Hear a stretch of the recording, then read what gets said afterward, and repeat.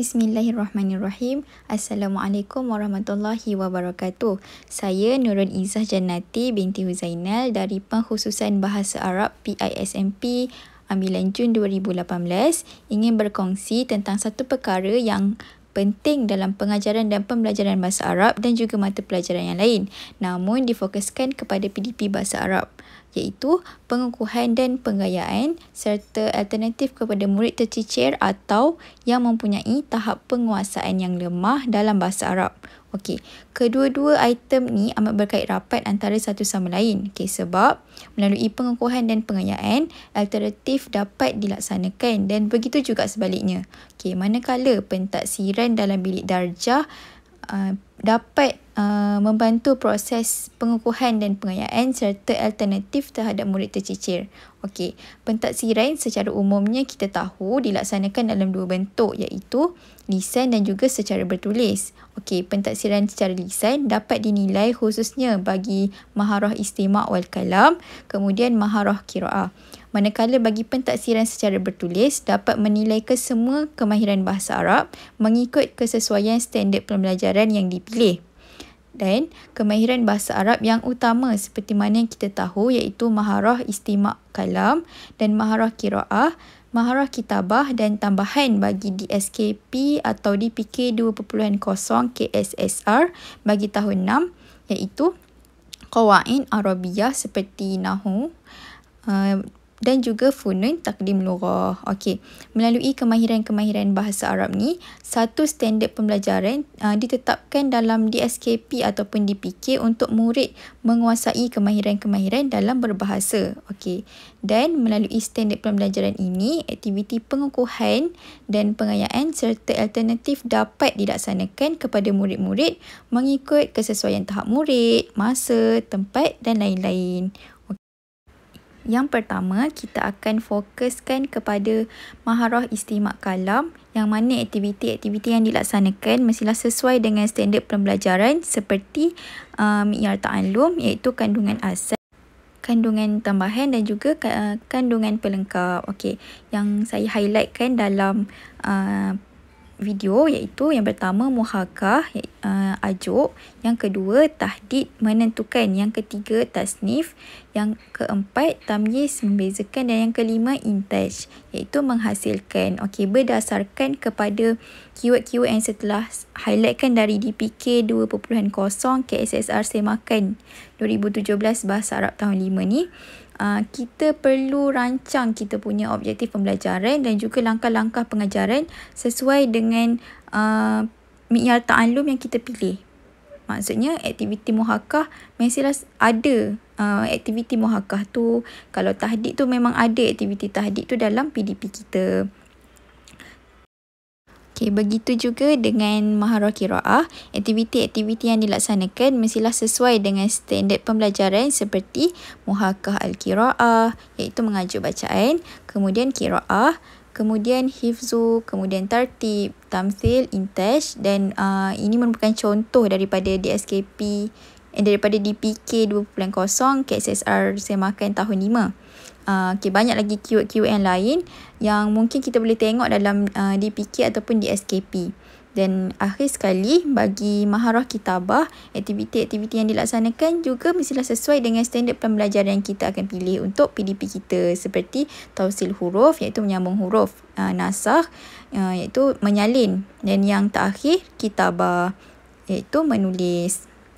Okay, melalui aktiviti-aktiviti yang telah dilaksanakan, kemahiran-kemahiran bahasa Arab dapat dikukuhkan untuk mencapai objektif pembelajaran dan juga kriteria kejayaan. Okay, namun begitu, kita perlu juga ambil berat mengenai kesesuaian masa, kepelbagaian tahap murid, sehingga dapat menjadikan pembelajaran bahasa ni merupakan pembelajaran yang menyeronokkan. Murid dapat explore bahasa ni dengan seronok, macam tu. Okey, dan melalui aktiviti-aktiviti yang dijalankan, kita dapat mengenal pasti tahap penguasaan murid terhadap objektif pembelajaran, seperti tahap-tahapnya seperti murid cemerlang, murid sederhana dan juga murid lemah. Okey, kesemua kumpulan murid ni perlu kita raikan dengan menggalakkan penglibatan aktif bagi setiap murid. Okey, sebagai contoh, murid cemerlang dan sederhana boleh menjadi mentor atau guru muda. Manakala murid yang lemah juga boleh diberi peluang sebegitu untuk mereka tingkatkan lagi usaha. Okey. Murid-murid yang lemah, kita perlu berikan peluang kepada mereka supaya mereka tidak tercicir dan mampu menguasai kemahiran berbahasa Arab dengan baik. Okey, bila murid dapat melibatkan diri dalam PDP, tugas guru dan rakan-rakan untuk memberikan peneguhan sama ada secara positif ataupun negatif, kerana PDP yang menerapkan peneguhan berupaya untuk memberikan motivasi kepada murid.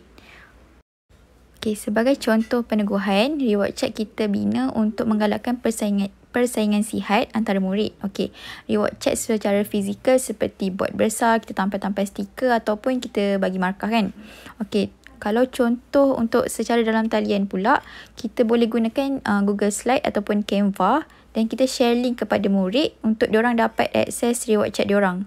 Maksudnya diorang view je lah diorang punya reward check tu. Tapi kita sebagai editor make sure diorang as viewers saja, bukannya editor, sebab nanti murid-murid akan edit sendiri kan diorang punya reward chat. Okay. And then untuk lughatul fasl pula, peneguhan dalam bentuk pujian seperti ahsantum, ahsanti, ahsanta, mumtaz, dan lain-lain boleh kita gunakan. Dan banyak lagi lah lughatul fasl yang kita boleh gunakan untuk pujian. Okay. Manakala bagi kawan-kawan pula, okay, kawan-kawan ni boleh support melalui contohnya kalau kita dah buat power teaching kan, ada tepukan untuk kawan-kawan yang dah berjaya jawab. Okay, dan last sekali, contoh yang terakhir, peneguhan secara multimedia interaktif yang ni sesuai untuk PDPR sebab menggunakan emoji, stickers yang sesuai dan juga GIF. Okay, contoh kalau jawapan betul akan keluar stickers yang melambangkan jawapan tu betul. Kalau salah melambangkan jawapan tu salah. So benda-benda yang comel macam tu akan tarik minat murid untuk mencuba. Okey, sebagai kesimpulan, yang pertama kita perlu fahamkan di SKP ataupun DPK tu dengan betul. Fahamkan standard kandungan, standard pembelajaran. Yang kedua, tetapkan objektif pembelajaran yang eksplisit yang sebagaimana kita telah pelajari. Yang ketiga, laksanakan aktiviti PDP yang sesuai dengan objektif yang kita telah tetapkan.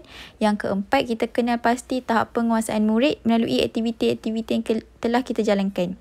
Dan yang terakhir, apabila kita dapat kenal pasti tahap penguasaan murid kita, barulah kita boleh fikir untuk alternatif bagi murid-murid yang lemah dan juga murid-murid yang lain. Okey, akhir sekali sebagai penutup tirai, saya ingin menyeru anda semua untuk menonton dan menyertai online CPD ke arah pengajaran dan pembelajaran bahasa Arab cemerlang melalui OPKK yang akan disiarkan di IPG KPI Official Channel pada 18 Jun 2021 jam 3 hingga 5 petang. Online CPD untuk pembinaan objektif pembelajaran dan juga kriteria kejayaan ini bagi saya sangat-sangat penting sebab bermula daripada OPKK yang betul, kita dapat merancang dan melaksanakan langkah pengajaran dengan baik sesuai dengan kehendak standard pembelajaran yang kita pilih untuk sesi PDP pada hari tersebut. Akhir sekali, selamat berpraktikum. Sekian saja daripada saya. Assalamualaikum warahmatullahi wabarakatuh. Assalamualaikum warahmatullahi wabarakatuh dan salam sejahtera. Salam perkenalan, saya Fatini Firzana binti Muhammad Nur Hisham, pelajar PISMP 7.06 pengkhususan Bahasa Arab. Saya telah ditempatkan di Sekolah Kebangsaan Putrajaya Bersin 15-1 semasa praktikum fasa 1 di bawah seliaan Ustazah Siti Noreha binti Hashim dan Ustaz Muhammad Saihan bin Mat Said. Pada hari ini, saya akan fokuskan dua perkara utama dalam praktikum PDPR dan juga praktikum secara bersemuka iaitu kawalan kelas dan bahan bantu mengajar. Saksikan. Jom ikuti sharing session Bahasa Arab. Pada hari ini, saya ditugaskan untuk berkongsi pengalaman berpraktikum secara dalam talian, PDPR dan PDPC bersemuka. Saya juga akan sertakan tips-tips dan idea daripada sahabat-sahabat yang lain.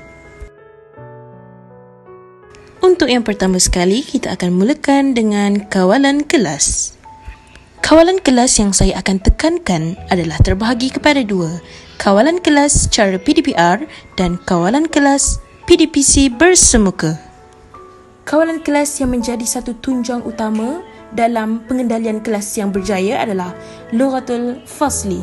Lughatul Fasli seperti mana yang telah kita ketahui adalah istilah ataupun penggunaan ungkapan pendek yang ringkas serta mudah yang digunakan dalam kelas.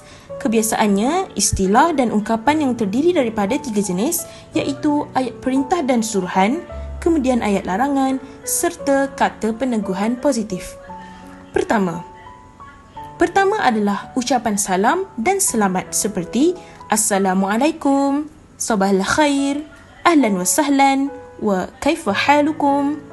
Ungkapan ini bertujuan untuk melatih pelajar membiasakan diri dengan istilah-istilah sapaan, bukan sahaja digunakan dalam kelas tetapi dalam kehidupan seharian. Seterusnya adalah kesinambungan daripada jenis yang pertama daripada sapaan, iaitu seperti hal antum musta'idun, adakah kamu bersedia untuk mulakan kelas? Ataupun ma huwa tarikh hadzal yaum, apakah tarikh hari ini? Dan ma ismu hadzal yaum, hari ini hari apa? Ini adalah contoh ungkapan ringkas yang boleh disoal ataupun digunakan dalam kelas dengan murid-murid. Yang ketiga adalah pujian dan peneguhan seperti antum talibun mujtahidun, ataupun mumtaz, ataupun ahsantum, dan ataupun antum ra'i'. Ungkapan-ungkapan ini bertujuan untuk memotivasikan pelajar apabila mereka berjaya menjalankan tugas dengan baik atau menjawab soalan dengan betul. Seterusnya adalah extension auto-admit. Extension ini membenarkan cikgu-cikgu untuk admit murid masuk ke kelas online secara automatik. Ini dapat mengatasi masalah murid yang cuba masuk ke kelas online ketika cikgu sedang rancak mengajar atau ketika cikgu sedang menunjukkan slide kepada murid. Tanpa extension auto-admit ini, guru mungkin tidak perasan request dari murid untuk masuk ke kelas, khususnya kepada murid-murid yang menggunakan akaun Gmail ibu dan ayah mereka. Seterusnya adalah Google Meet Attendance. Extension ini akan merekod senarai murid yang hadir dalam kelas online. Senarai kehadiran akan disimpan dalam bentuk Google Sheet di desktop cikgu secara automatik selepas kelas berakhir. Keistimewaan extensions ini adalah cikgu akan dapat kesan murid yang ponteng di pertengahan kelas online kerana masa masuk dan keluar akan tercatat. Dan ini juga akan menjimatkan kawalan kelas secara PDPR kerana cikgu-cikgu tidak perlu terjerit-jerit untuk bertanya siapa yang belum masuk ataupun siapa yang tidak hadir pada hari tersebut. Seterusnya, extension ini adalah extension yang paling digemari oleh semua guru iaitu Mute All on Meet. Extension ini membantu ketika guru sedang memberikan penerangan dalam kelas online tetapi murid bercakap atau berbuat bising. Mungkin juga bunyi bising datang dari persekitaran rumah murid. Jadi, dengan extension ini, cikgu hanya perlu klik kepada simbol mute all untuk memastikan semua murid mute tanpa mengarahkan murid untuk mute mic sendiri. Hanya guru sebagai host atau admin Google Meet saja yang boleh menggunakannya. Walau bagaimanapun, Gmeet sekarang telah dilengkapi button function ini. Cikgu-cikgu boleh terus menggunakannya. Seterusnya adalah extension push to talk. Ini adalah extension yang bagus untuk murid gunakan terutama bagi murid yang mempunyai masalah untuk mute ataupun unmute mikrofon. Kebiasaannya, murid akan mute mikrofon setiap kali kelas online. Tetapi, bila mereka ingin bercakap atau menjawab soalan, murid perlu klik button mute dan klik semula untuk unmute. Bila extension ini digunakan, murid atau guru hanya perlu tekan spacebar untuk bercakap atau untuk unmute. Bila murid tekan semula spacebar, automatik mikrofon murid itu akan terus mute semula. Jadi, murid tak perlu bersusah payah untuk klik button mic untuk mute dan unmute mikrofon menggunakan mouse. Extension ini sesuai untuk murid yang menggunakan desktop ataupun laptop. Seterusnya adalah penggunaan Wheel of Names. Wheel of Names berfungsi sebagai sebuah roda yang boleh dimasukkan nama murid-murid dan diputarkan bagi tujuan untuk memudahkan guru memilih giliran murid untuk menjawab soalan, membaca, menyebut dan menulis. Seterusnya, kita sambung dengan kawalan kelas PDPC bersemuka.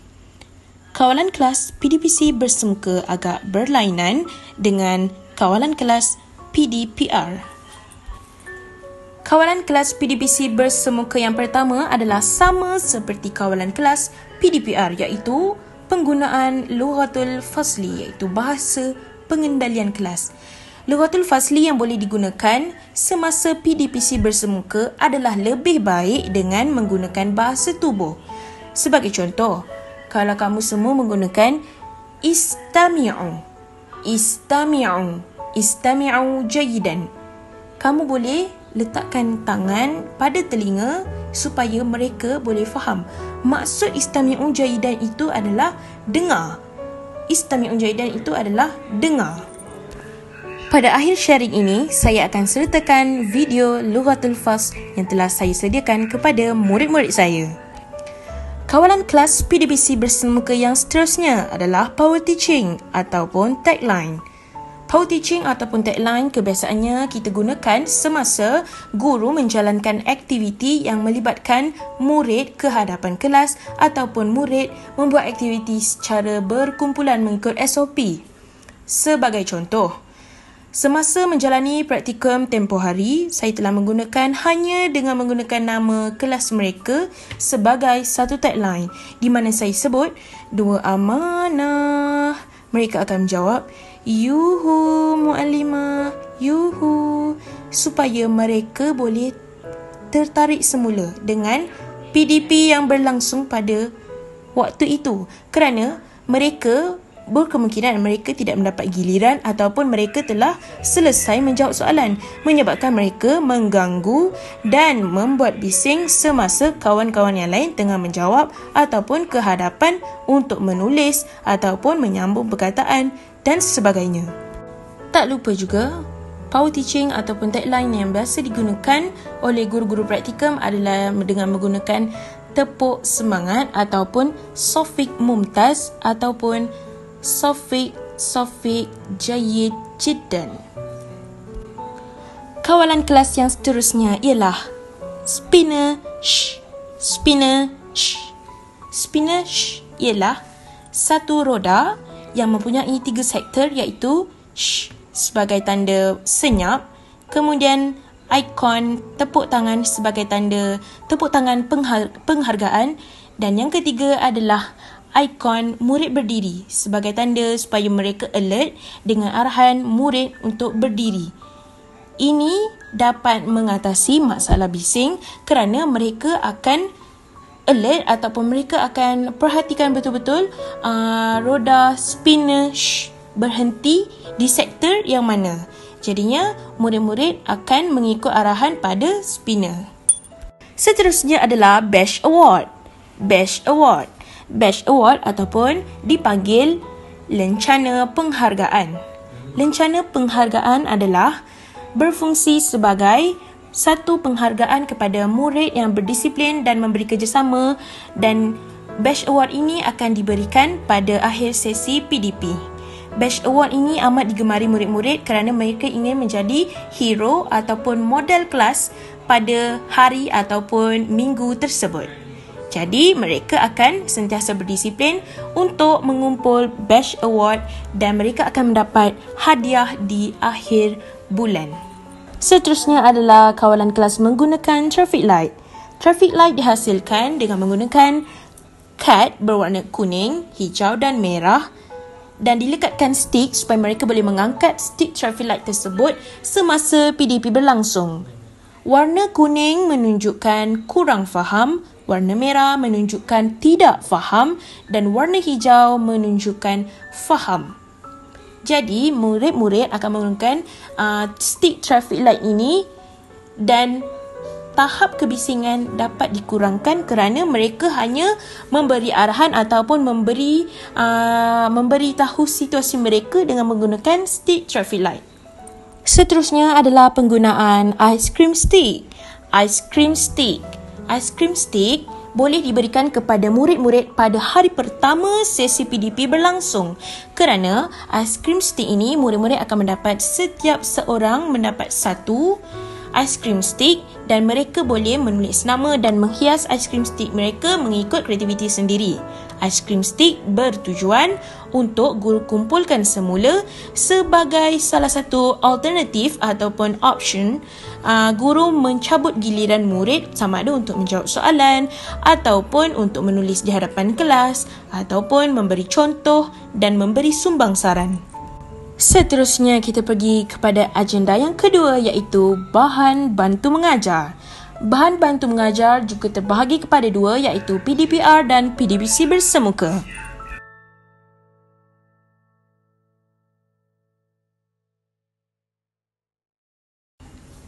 Bahasa Arab terdapat 4 maharat ataupun 4 kemahiran iaitu maharat istima', maharat kalam, maharat qiraah dan maharat kitabah.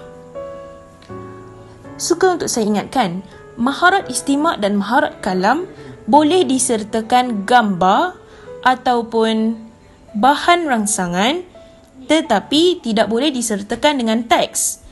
Sekali lagi, maharat istima' dan maharat kalam, bahan bantu mengajarnya boleh diselitkan gambar ataupun bahan rangsangan tetapi tidak boleh diselitkan teks kerana ini bukan maharat qiraah.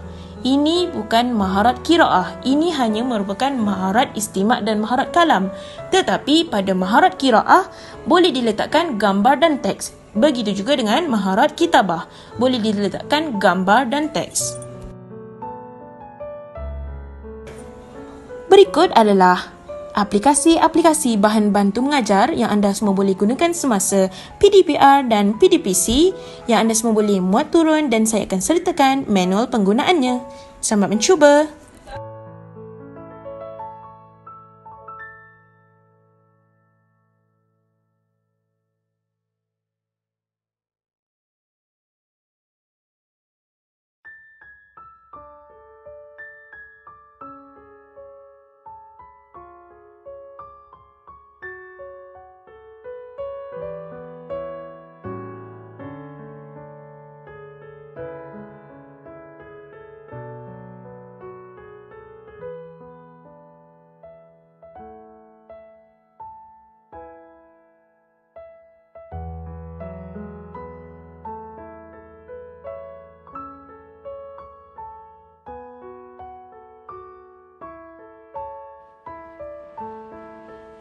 Sekian sahaja perkongsian saya pada hari ini. Semoga bermanfaat. Assalamualaikum warahmatullahi wabarakatuh.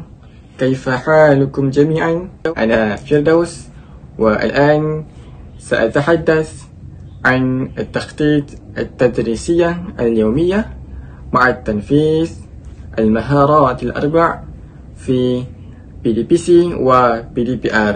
إذن هيا. Baiklah, hari ini kita akan berbincang tentang dua perkara. Yang pertama adalah RPH dan refleksi. Yang kedua, pelaksanaan maharat dalam PDPR dan PDPC khususnya untuk subjek Bahasa Arab. Baik, untuk penulisan RPH, ikut sahaja seperti apa yang telah kita belajar suatu semester yang lalu, khususnya dalam subjek PRKA. Butiran 1 hingga butiran ke-18 untuk subjek Bahasa Arab. Yang penting, setiap butiran isi dalam RPH perlu selaras dengan pelaksanaan dan sesuai dengan tujuan pembelajaran terhadap murid-murid. Ini penting untuk memastikan markah yang akan kita dapat suatu penyampaian bersama pensyarah adalah yang terbaik dan mantap. Okey, yang kedua, perlu fokus kepada satu nilai yang ingin kita terapkan terhadap murid-murid. Ini penting. Kenapa? Untuk mereka amalkan dalam kehidupan mereka di samping kita mendapat jariah yang berpanjangan. Okey, contoh yang dapat saya lakukan suatu praktikum lalu, saya terapkan satu nilai kerohanian di mana setiap kali bermulanya kelas ataupun berakhirnya kelas, saya akan minta murid-murid bertahlil dan selawat. Yang seterusnya adalah refleksi. Okey, refleksi perlu ada elemen kekuatan, kelemahan dan cadangan penambahbaikan. Kita bincangkan apakah kekuatan yang ada sewaktu kita menjalani proses PDPC ataupun PDPR, dan kita bincangkan juga apakah kelemahan yang kita dapat. Contoh, murid-murid tak dapat memahami kaedah kita mengajar. Okey, Kemudian kita datangkan satu cadangan penambahbaikan yang akan kita gunakan di masa akan datang untuk penambahbaikan terhadap sesi pengajaran dan pembelajaran. Di samping itu juga, refleksi ini juga memperlihatkan kesungguhan kita dalam menjalani latihan praktikum yang terbaik. Baik, seterusnya, pelaksanaan kemahiran berbahasa Arab dalam PDPR ataupun PDPC. Diingatkan, PDPR dan PDPC adalah dua benda yang berbeza, maka pelaksanaannya juga sangat berbeza. Baiklah, yang pertama, PDPR. Untuk PDPR, kita bahagi kepada dua, iaitu istimak dan kalam, dan kedua, qiraah dan kitabah. Okey, untuk istimak dan kalam, pelaksanaan istimak dan kalam akan dilaksanakan sewaktu tak segera. Kebiasaannya dalam tempoh 30 minit mengikut kesesuaian jadual pembelajaran yang diberikan oleh pihak sekolah. Pelaksanaannya bagaimana? Mudah sahaja. Kita buat bahan ataupun kita bagi bahan dan muat naik ke Google Classroom. Contohnya, video pembelajaran, bacaan daripada buku teks dan sebagainya. Penilaian yang dapat kita lakukan untuk istimak dan kalam contohnya adalah minta murid-murid untuk buat video pendek ataupun rakaman suara untuk menyebut huruf ataupun perkataan yang dipelajari pada ketika itu, ataupun nyanyian yang kita boleh nilai sejauh mana murid-murid dapat mengenal pasti huruf-huruf ataupun perkataan yang dipelajari pada waktu itu. Untuk qiraah dan kitabah, kebiasaannya akan dilaksanakan suatu kelas segera, iaitu 1 jam, di mana pada ketika ini guru dapat mengajar murid-murid dengan lebih baik kaedah bacaan ataupun kaedah penulisan yang betul. Sebenarnya suatu qiraah dan kitabah tu pun dah ada istimak kalam, tapi kita bahagikan mengikut kesesuaian lah. Macam tadi istimak kalam tak segera. Okey, qiraah kitabah kita fokuskan pada waktu segera, iaitu 1 jam. Jadi kita buat pengajaran macam biasa, gunakanlah software-software ataupun PowerPoint, Canva dan sebagainya yang kita boleh belajar sendiri. Okey, untuk pengajaran qiraah, kita gunakanlah aktiviti-aktiviti dengan nyanyian, dengan meminta murid sorang-sorang dan sebagainya. Untuk kitabah, kita boleh gunakan video-video yang ada kat YouTube tentang cara penulisan yang betul, ataupun kita gunakan kekreatifan kita menggunakan second camera waktu Gmeet nanti untuk tunjuk kaedah penulisan yang betul dengan tangan kita sendiri. Dan untuk pengukuhan yang lebih baik, boleh minta murid-murid buat latihan tambahan dalam buku aktiviti yang mereka belikan. Okey, ingin difokuskan di sini, pastikan setiap bahan pengajaran ataupun video pembelajaran sebagai contoh, kalau boleh kita buat sendirilah. Kita rakam sendiri video pembelajaran, sama ada gunakan green screen ataupun kekreatifan dia sendiri bagi meningkatkan kefahaman mereka. Sebab murid-murid ni bila nampak cikgu sendiri mengajar, dia orang akan lebih tertarik berbanding menggunakan video daripada YouTube yang cikgu-cikgu lain tu boleh, tapi lebih baik guru sendirilah yang membuat video tersebut. Selain itu juga, bahan yang kita buat sendiri tu sebagai bukti pelaksanaan kita sebagai guru pelatih untuk praktikum pada kali ini bagi menampakkan kesungguhan. Okey, untuk PDPC, istimak kalam dan qiraah kitabah. Istimak kalam biasanya buat waktu setengah jam lah. Okey, macam saya, istimak kalam bahasa Arab bagi 3 jam, 1 jam untuk 1 jam fokus untuk qiraah kitabah, setengah jam kita fokus untuk istimak kalam. So istimak kalam tu kita guru sebut tanpa ada perkataan ataupun huruf di depan. Maksudnya kita sebut, murid-murid dengar dan murid-murid sebut. Ikutlah aktiviti sama ada nyanyian ataupun lakonan dan sebagainya. Bahasa rasangan kita boleh gunakan sama ada gambar ataupun video. Ini adalah saranan pensyarah pembimbing saya. Jadi nanti ikut juga pensyarah pembimbing anda semua. Sama ada istimak kalam tu boleh guna perkataan itu terus ataupun tidak, bergantung kepada kesesuaian pensyarah pembimbing masing-masing. Okey, untuk qiraah kitabah, boleh gunakan aktiviti-aktiviti yang berbagai cara, sama ada nyanyian, lakonan dan sebagainya. Okey, untuk qiraah. Untuk qiraah ni kita boleh gunakan perkataan ataupun huruf yang telah kita paparkan di hadapan kelas atau PDPC. Jadi kita sebut, murid-murid akan dengar dan ikutlah setiap perkataan yang kita sebut bagi menilai kefahaman mereka terhadap sebutan yang betul oleh kita. Untuk aktiviti menulis, kita boleh gunakan pelbagai aktiviti yang menarik. Menulis di atas kertas, menulis di atas roti menggunakan coklat tiup tu, ataupun menulis di atas kertas warna, melorek, mewarna dan sebagainya. Kita boleh gunakan banyak aktiviti yang menarik untuk aktiviti menulis. Dan akhir kata, sana penaja. Penaja pun ada. Okey, sebolehnya kita elakkanlah daripada menggunakan buku teks sewaktu sesi pembelajaran bersama murid-murid. Sebab apa? Sebab kita nak mereka fokus terhadap isi pembelajaran yang akan diajar oleh guru pada waktu itu. Okey, cuba bayangkan kalau kita guna buku teks. Budak-budak nak ambil buku teks daripada dalam beg, lepas tu nak buka lagi muka surat berapa, seorang tanya, semua tanya.